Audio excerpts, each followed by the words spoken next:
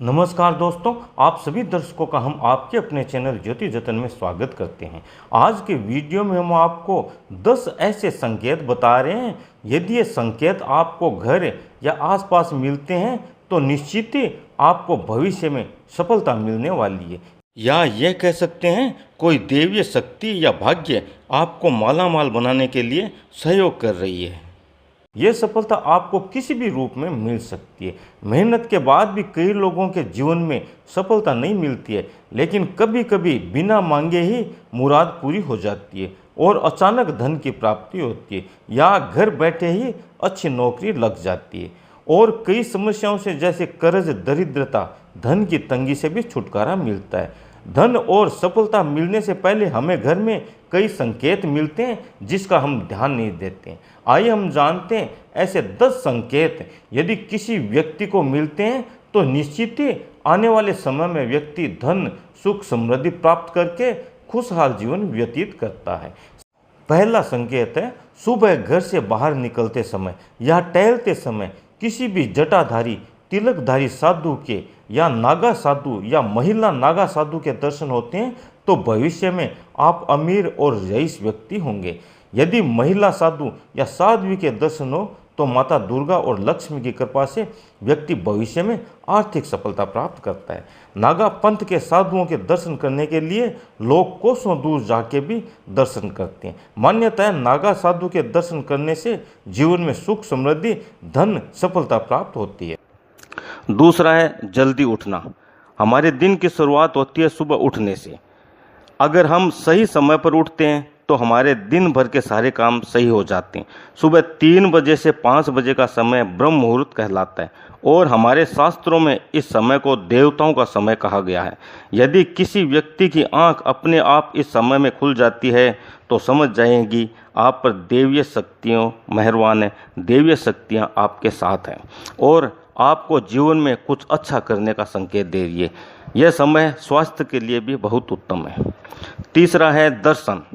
यदि सपने में आपको किसी देवी या देवता के दर्शन हुए, या मंदिर या तीर्थ यात्रा पर जाना, या सपने में किसी बड़े बुजुर्ग साधु गुरु का आशीर्वाद लेना, या किसी अदृश्य शक्ति से बात करना, यह सब बताता है कि आपसे देवीय शक्तियाँ प्रसन्न हैं, भविष्य में आप उन्नति करेंगे।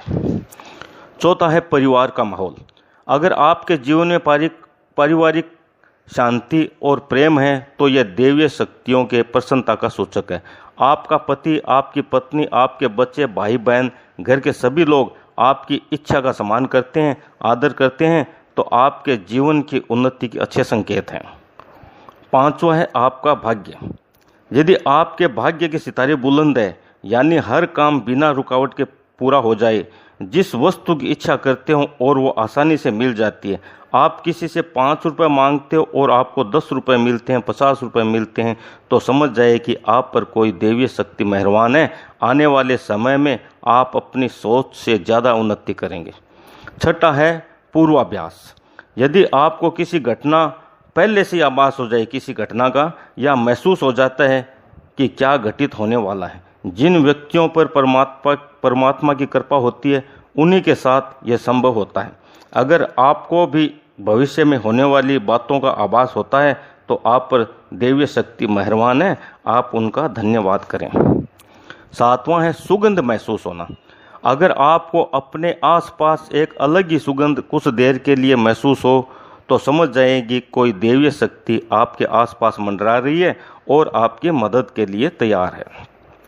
आठवां है ठंडी हवा का झोंका। जो लोग पूजा पाठ में ज़्यादा ध्यान देते हैं, ध्यान योग करते हैं, माला जपते हैं, उन्हें कई बार एक सुहानी हवा का घेराव महसूस होता है। उसकी ठंडक से व्यक्ति कई बार शिहर भी उठता है।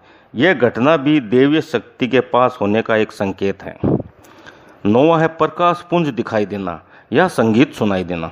अगर आप हमेशा पूजा पाठ करते हैं, अपने इष्ट को याद करते हैं, तो आपको अक्सर प्रकाश का गोला या प्रकाश पुंज दिखाई देता है और उसकी चमक से आपकी आंखें बंद होने लगती है और आपको अनुभव होता है कि आप किसी अन्य दुनिया में चले गए हो। इसके साथ ही कई बार कानों में कोई मधुर संगीत या अलग अलग ध्वनियाँ सुनाई देती है। ये ध्वनियाँ और प्रकाश पुंज आपको संकेत देते हैं कि आपके पास दैवीय शक्ति मौजूद है। आपके आशीर्वाद से आपकी संतान उन्नति करेगी। नींद में आवाज़ें आना 10वां है और अंतिम है नींद में आवाज़ें आना। कई बार रात को सोते समय अगर आपको कोई आवाज़ सुनाई दे और लगता है कि किसी ने मुझे आवाज़ दी है, आप अचानक ही उठ जाते हो, लेकिन आपको आभास होता है कि यहाँ कोई नहीं है, लेकिन आवाज़ तो स्पष्ट थी। ऐसा कई बार हो जाता है तो आप समझ जाएंगे आप पर दैवीय शक्ति मेहरबान है। ऐसे में आप हनुमान जी का स्मरण करें और धन्यवाद दें। इसके साथ ही हम वीडियो को विराम देते हैं। धन्यवाद। जय राम जी।